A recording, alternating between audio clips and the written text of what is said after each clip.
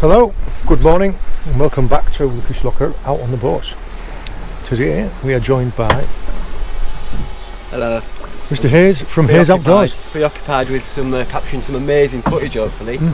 He's preoccupied doing something really technical with Skynet. I just thought I had to share with you. You can just see the sun just coming through the mist on the horizon. And our plan today, once we can find a gap in between the seals, is we're going to get the suits on and we're going to see if we can find anything. Yeah, this is where we are, just underneath the cliff. And it is a beautiful morning. Look at it, it is beautiful. There are some big-headed seals kicking about in there. They're making me a bit nervous. We've been out here about half an hour and we've already seen 5 seals. They wouldn't be here if there wasn't fish here. That's it. That's a positive spin. And we're having this conversation on the way out. I don't need to outswim them, I just need to outswim him. Which is probably easily done, so that's me done.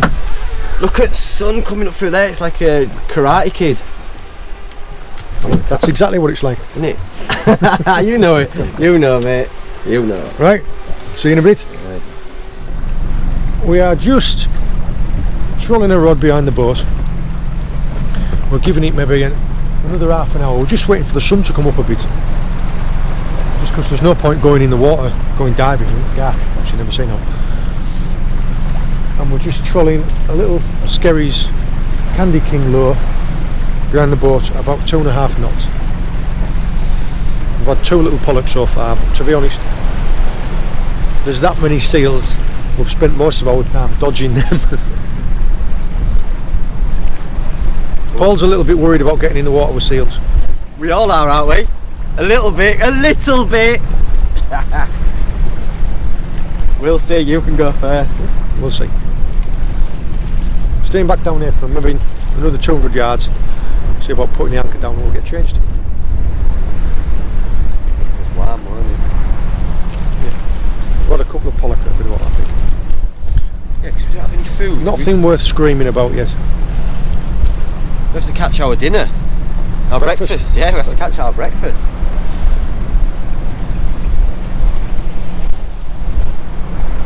You know, like you say that you should never trust a skinny chef. Yeah. You always feel like a fat one. Yeah. You always taste his own food. There's a reason why most fishermen and most spear fishermen are all skinny. So catch out. They'll catch out. Which is thinking that then. That's it. That is it, yeah. There's not a lot of fat in fish either, is there? Quite Fish healthy. and chips. Isn't it? Fish and chips, isn't it? Yeah.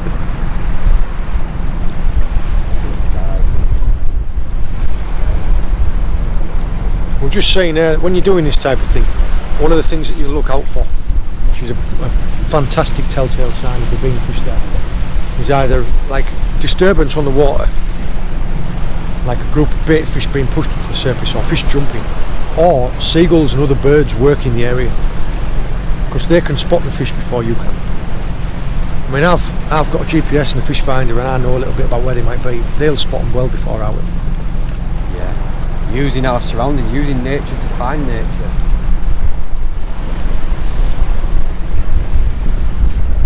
Any luck in this little area we're going to here, Paul might be able to spear us something. Don't do that, stop. And I might be able to try and find us a crab or a lobster. Yes! That's our skill set, that's our specialities. Lobsters and fish.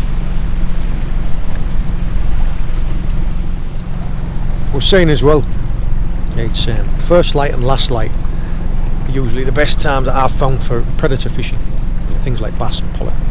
And it's to do with the size of their eye. They can see better in low light conditions than the bait fish. Advantage, you know. Yeah. Come on, Rob.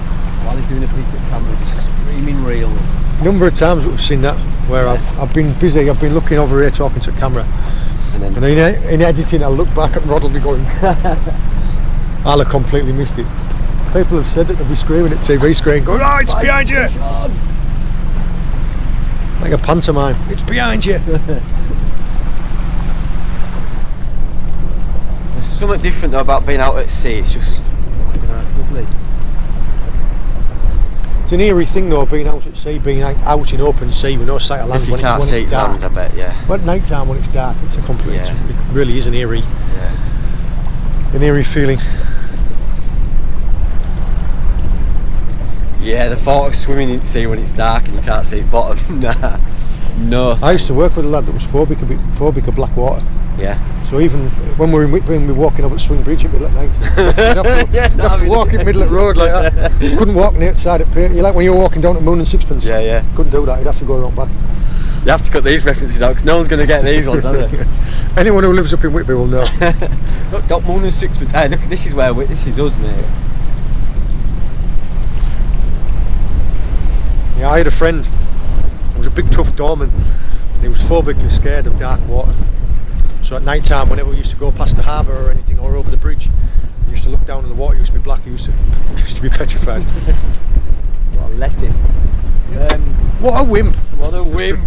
Wouldn't catch us doing it like that, being scared of seals or dark water or out. See if we can get that anchor down. We found ourselves a nice little sheltered spot. Just put the anchors down. I've got one off the front and one off the back to try and hold the boat where it is. And we're in 18 feet of water.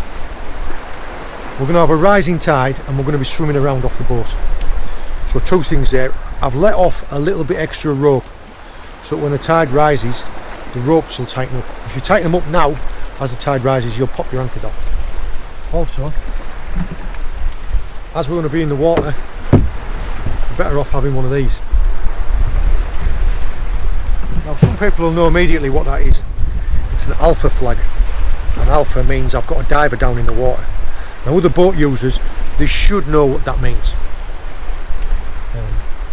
They should. Yeah, they should. It shows that it's not always an ideal world. Jet skiers don't tend to know what it means. There is an awful lot of people who don't know what it means.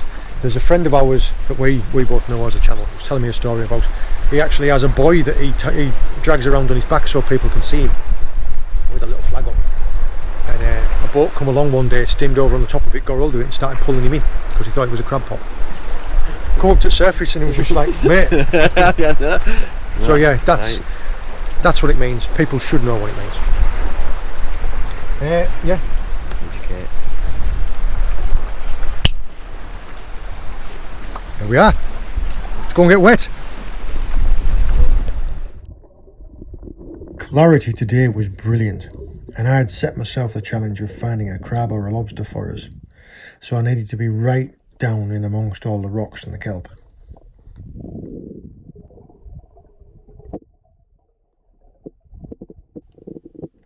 Some cheeky little wrasse.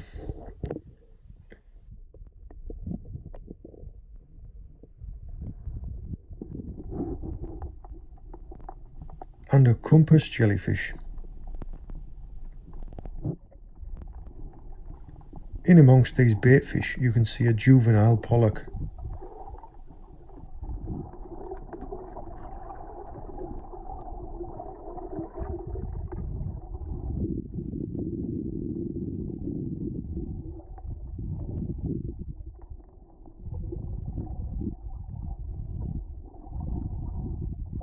Mr. Hayes tackling a female spider crab.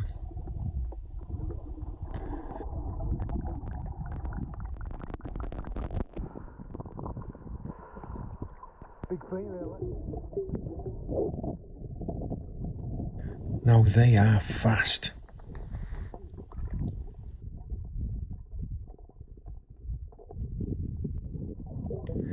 A nice bright snake locks an enemy. And a female cuckoo wrasse. Hello, this edible crab's tucked away nice and tight in his hole.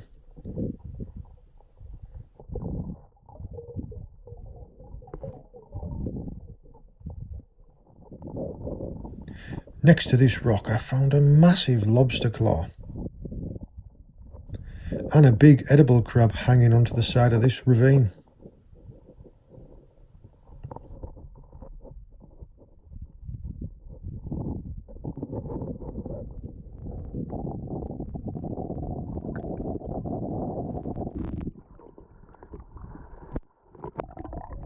But aye, this guy was just sat. Oh, he's a keeper, is he? He was just hanging on to the side. He's a keeper. But aye, that claw, look at size of that lobster claw compared to that crab. Oh, I mean, it's almost the size. I do like these jellies.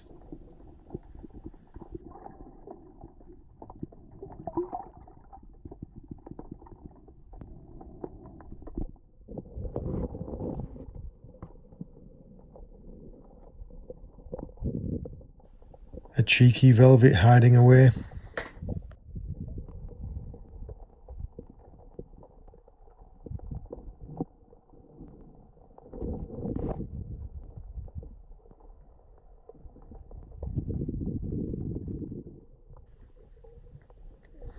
A bruiser of a spiny starfish.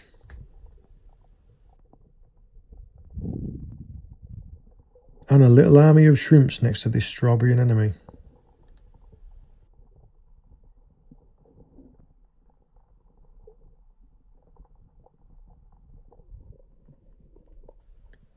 A proud tompot blenny.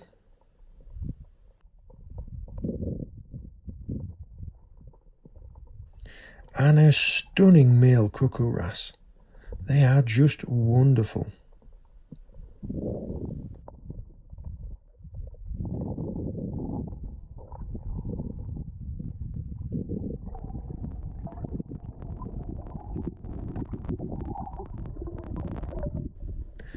Then we had a lovely visit from this playful seal. So effortless in the water, aren't they?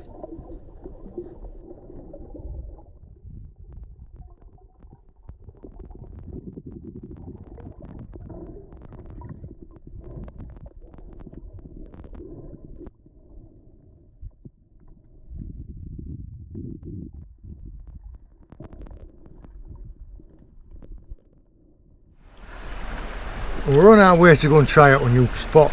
He's getting a bit too friendly. And there was a couple of seals down in here, so we thought we'd have a jump in and have a look at some fantastic underwater footage. So far I've managed to find us a cracking male edible crab. As for fish, nothing of any size yet, so we'll see. Yeah, he's after your float now. He's after your float now. That seal's getting a little bit too curious, so we're going to get out. Right, well, what can I say? They've done us. We did find a couple of lobsters in a couple of holes, and the holes are just too deep. We weren't fast enough, so we've been outsmarted by a couple of lobsters. Yeah, hopefully we've got some real good footage of it. Dive down first. If I didn't have the camera and I would have just made a snatch for it, I could have possibly got one, but like we've discussed before, you could probably try and rive one of them out with a hook, but you'd end up just busting its claws off. If you bust its claws off and you find out it's V-notched, or you find out it's got eggs, or like, Paul actually found a really good lobster, perfect eating size lobster. As soon as he got hold of it, he realised it was no good because it was soft. Right. It did shed one of its claws. I have got some video footage of it, but as you can see, it's soft. So all we did was we put some V-notches in it and put it back in its hole. That now there is protected for probably another 5 or 6 years. If you don't understand what the V-notching is, I have other videos on my channel showing you what V-notching is, but it's a conservation method. We have a crab, we have a little lobster, and we're going to go up now and see if we can't find some mackerel, and then we might go and haul the pots. The world is our oyster. Right, well, we've made it out of the water. We've come round to a little sheltered area just out of the wind. I've got my pan going on my little rocket stove, and Hayes has got his hillbilly bush stove, or whatever it's called, hillbilly box. I'm just boiling the water up now to try and get the lobster cooked first, and we will show you how we do. The rocket stove that I'm using is a mixture between a rocket stove and a Swedish torch. And all I've done is I've cut up a load of pieces of kindling into, like, well, this size. And then every now and again, take it off, just drop them down the centre there.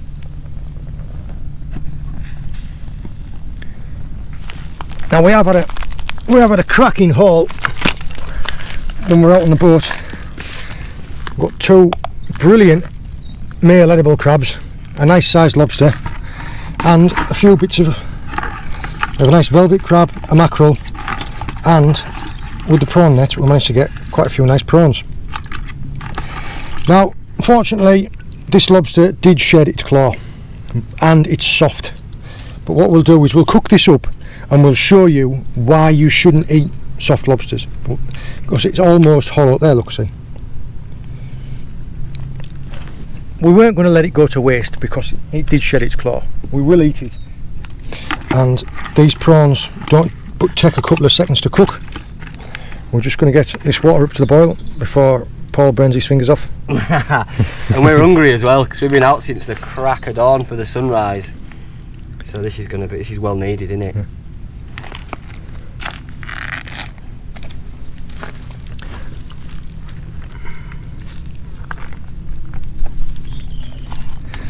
The lobster's coming back up to the boil now, so that's about ready to come off there after I've just blinded myself with steam. Yeah, really simple how to cook these. Full rolling boil, lobster goes in, wait for it to come back to the full rolling boil again, and then 2 more minutes and it's done. So this will come off. These edible crabs, I've already dispatched this, and the easiest way to butcher them I've found is if you can go in at the back there like that, and then you break the back off. There. All these parts here, these are the gills, also known as dead man's fingers. You take those off, take the face plate off, and all this inside of here are its internal organs. We're not going to eat those, we're just going to concentrate on the white meat. Then all I'll do now, all of these contain meat, all of these contain meat, and these great big claws.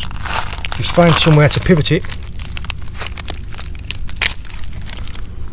and there you go. Right, I'm going to take that down to the sea, wash that out, and they're ready to go in the pan. The rocket stove didn't quite manage to do the whole thing, so I've ended up having to cook the crab on Paul's billy box. Now all I've done is, we had a full rolling boil, exactly the same as a lobster, full rolling boil, crab's all gone in. When it comes back to the full rolling boil again, 2 more minutes and it's off. That billy box works really well, doesn't it? Look, we've just been feeding it with little bits of kindling. And I have been whittling myself a spoon. Well, I am bushcrafting after all. Yeah, and that gets the haze tail of a fruit on. There's that crab back up to the rolling boil. You can see now what I mean about a fierce rolling boil. 2 more minutes and it's ready to come off. While Paul is cooking up the prawns on the wok, he's going to make a little paella. He's just going to put some coconut oil in there. The prawns flash fry in seconds, and he's got some rice that we're going to make a little paella with. I am just about to dress this lobster, and we're going to put all the lobster meat in the paella as well and just eat the crab meat on its own. There's the velvet and the 2 edibles, and I'm just about to break the lobster up. Right, coconut oil in the paella pan, and these, first time I've foraged prawns and ate them. I'm going to dry them out. Is there anything I need to do special to them, John? No, mate. Get them on.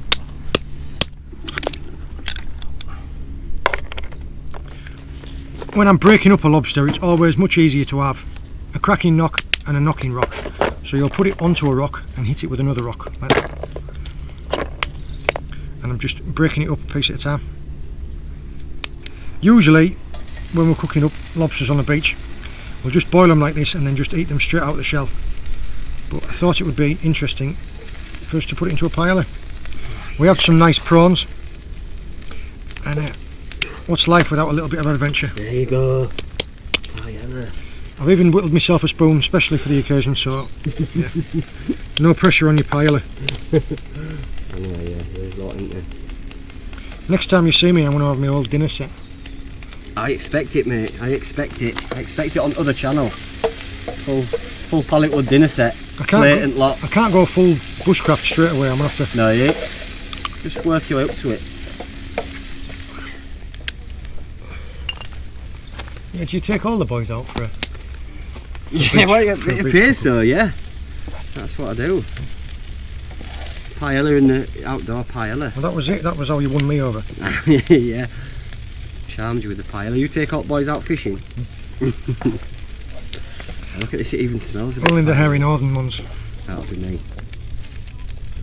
That smells good, man. I want to try one of these prawns before it gets too much of a flavour on it. Go for it. That does look really nice. Just to give you a little bit of a look at what Paul's doing here. Prawns have just gone straight in, they take seconds. You just make some pre-cooked rice, and it smells lovely. Your lobster is just about ready to go in. There is your lobster meat ready to go in your pan.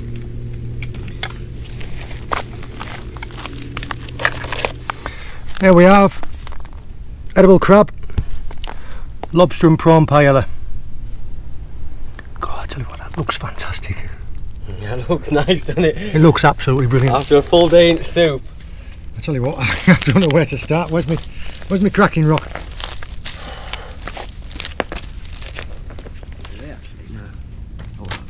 Get stuck in, mate. Go through for After seeing the way that you destroyed those razor clams, you'd have eaten them with the shell on. Yeah. Baby lobster tail. Speaking of lobster tail.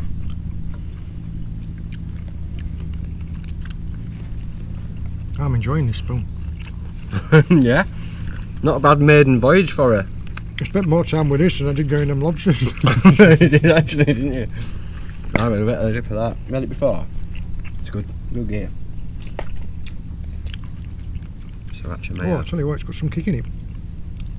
Nice though. Nice.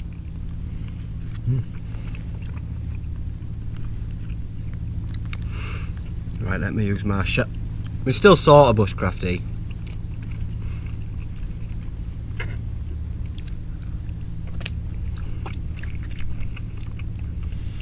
I'm going to send her a picture of this to my wife.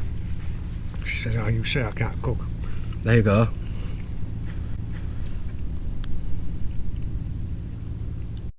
It's End screen. Bah, yeah, that is nice as that. Little harbour prawns too.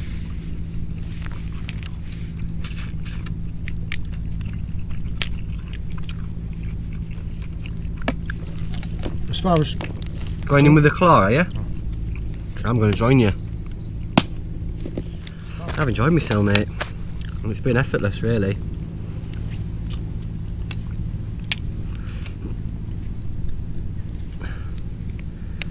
It maybe helps because we're both from Whitby and that, so you got that same. same daft mentality. Yeah, you're a bit daft, you're a bit thick in head.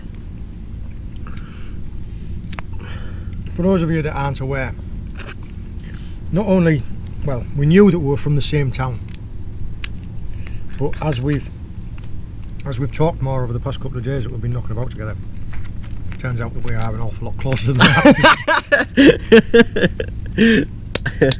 Yeah, it's a small world, isn't it, mate? It's a small world. Because from our guys, one of John's videos came up after I was watching something else, just in the recommended thing, and I watched it.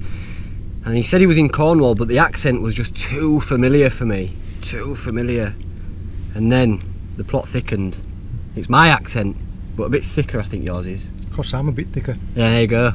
There you go. In.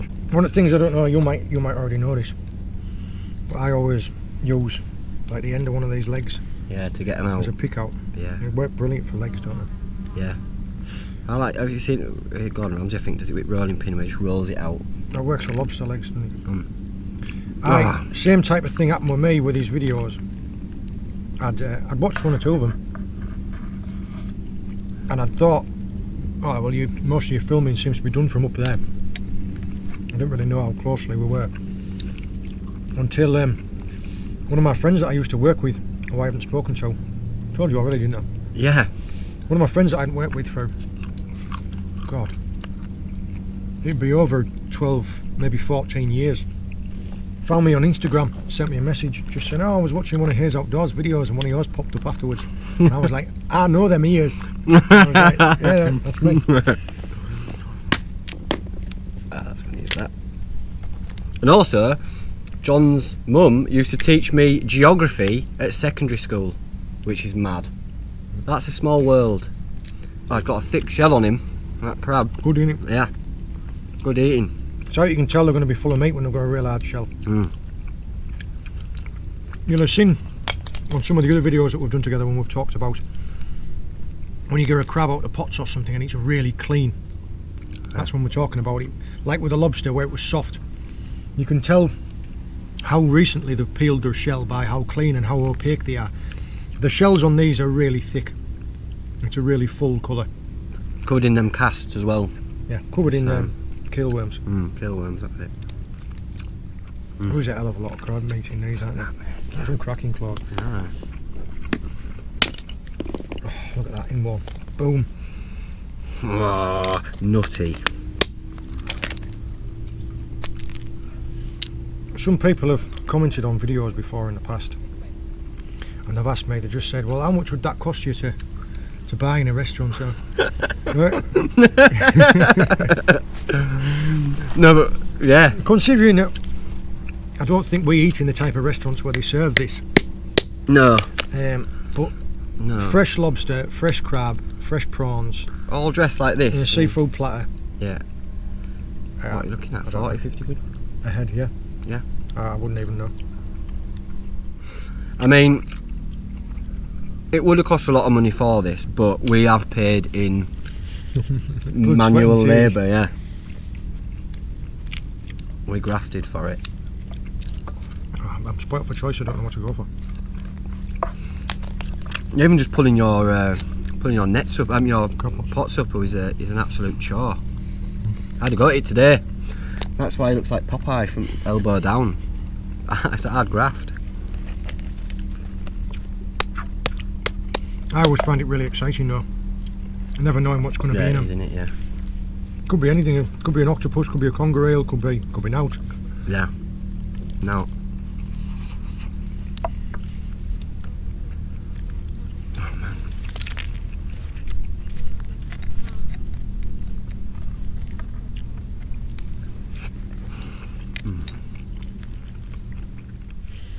We were explaining this earlier. I mean, leave it in the video if you want. Yeah. People who are going to be doing this coastal foraging, like we've been doing, there are certain guidelines that you could follow, and your safety guidelines are just almost like common sense rules.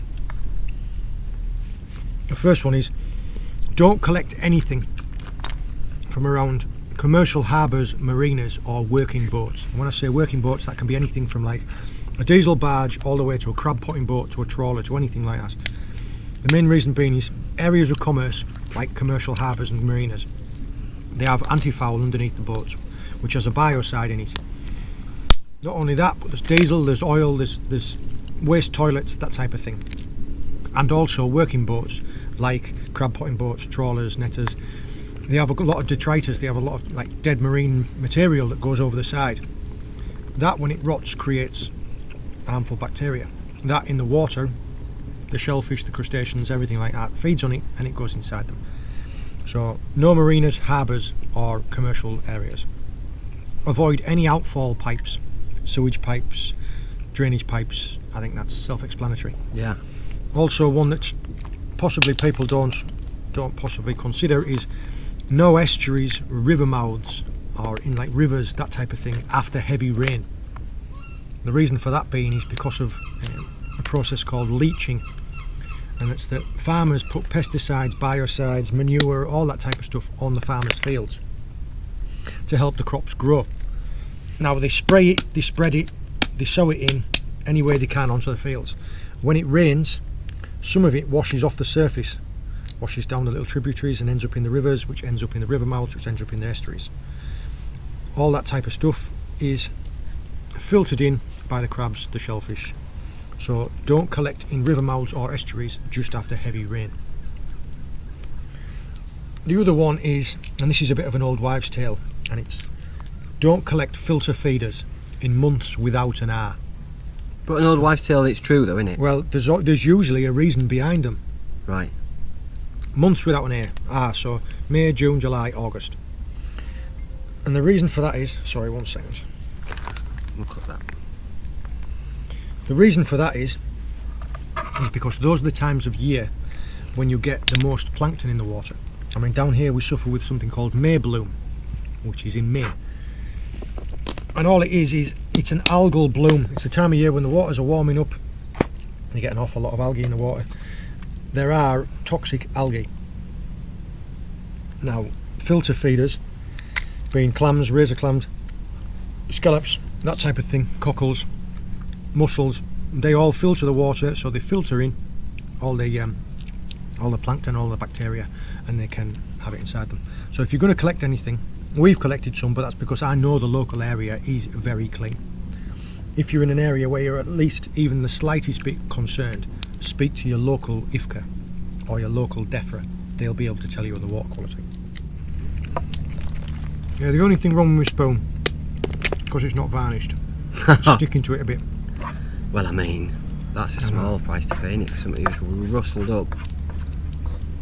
Velvet's a fucking lovely.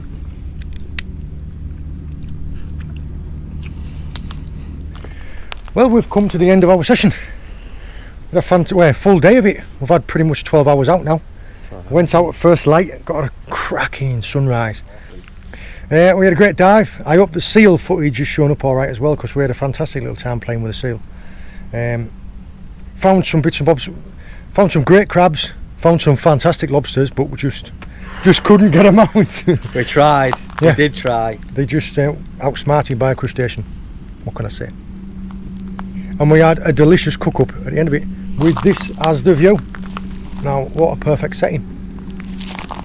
The cook up, I have to say, was absolutely delicious. Usually I just go to absolute bare basics, but adding that little bit of extra really did make it special.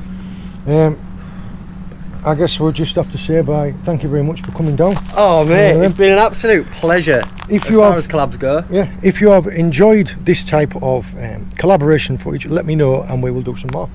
In the meantime, you really should drop over onto Paul's channel, which is Hayes Outdoors. He is, well, a bushcrafting master. Well, I'm winging it, but yeah. You'll see. Yeah, everything to do with bushcrafting, spearfishing, and the type of stuff that I enjoy doing as well. So yeah, if you enjoy my stuff, you will probably enjoy his stuff as well. All the best. I hope you enjoyed yourself, and see you later. See ya.